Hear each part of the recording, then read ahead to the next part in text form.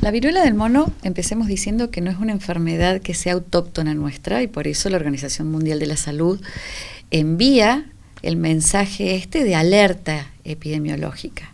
No es emergencia, no es urgencia, sino es alerta. Miren, está sucediendo esto, ha excedido los límites de su lugar de origen la enfermedad. Entonces, por esto de la proliferación de los viajes, por esto de la gente que se mueve, se moviliza, por las migraciones a distancia, entonces se alerta para que se sepa que se tiene que buscar ante determinado tipo de síntomas o signos que pueden no ser lo suficientemente claros. También para separarlos de lo que podría llegar a ser un brote de viruela, que recordemos que fue una enfermedad que causó estragos, que dejó muchos estigmas, que es mortal y que, podría llegar a ser sí una urgencia o una emergencia. En nuestro país, en lo que va de todo el año, desde enero a agosto, se han confirmado 5 casos. Confirmado significa que ante la cantidad de casos que pueden llegar a ser sospechosos, solo se terminan confirmando 5. ¿Sí? Esos 5 tienen la mayor cantidad, tienen relación estrecha con viajeros. Entonces, podríamos decir que no es una enfermedad autóctona. ¿Sí?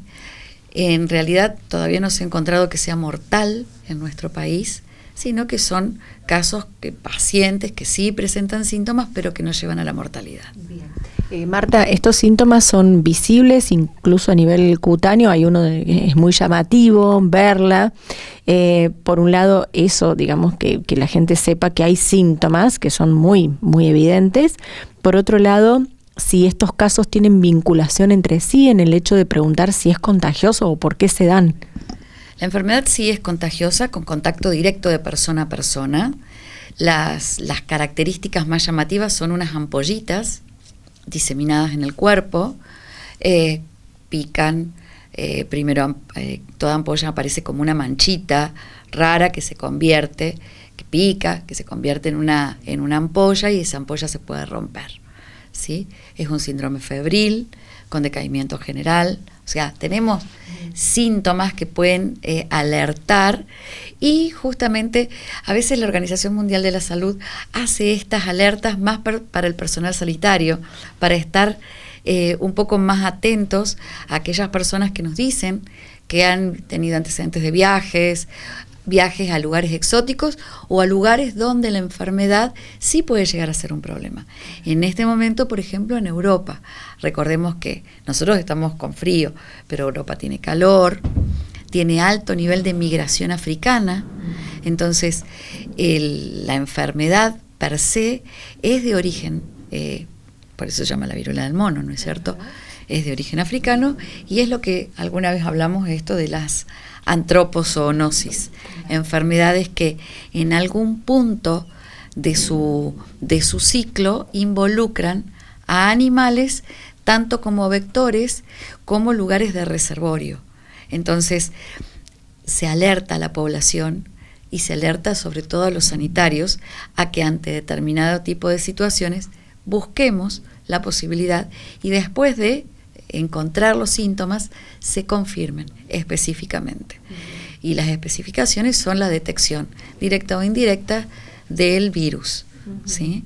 Entonces, a veces la población general se asusta un poco, pero cuando nosotros recibimos alertas es para que el personal sanitario esté un poco más atento y que piense en cosas que no son a veces tan locales ante determinado tipo de síntomas. Perfecto. ¿En Argentina esto tendría un tratamiento y está preparado el país para estos casos? En realidad, los casos se han dado en ciudades grandes, como te digo. Los 3 de los 5 casos han sido confirmados, y de gente que ha viajado. Entonces, lo primero que uno hace, recordemos cuando uno va al médico, lo primero que hace el médico es interrogar, preguntar y dónde, cuándo, cómo y por qué. Entonces, en ese dónde o en ese cuándo se involucran también los interrogatorios sobre viajes frecuentes. Y en esos, en dónde y por cuánto tiempo y con qué tipo de contacto se pudo haber relacionado ese paciente como para traer. No es la única enfermedad de viajero, no es una, o sea, en esto de la amplitud que ha tomado el turismo o los viajes de negocios, estas enfermedades del viajero son una clase muy especial de enfermedades que tienen una especialidad, valga la redundancia.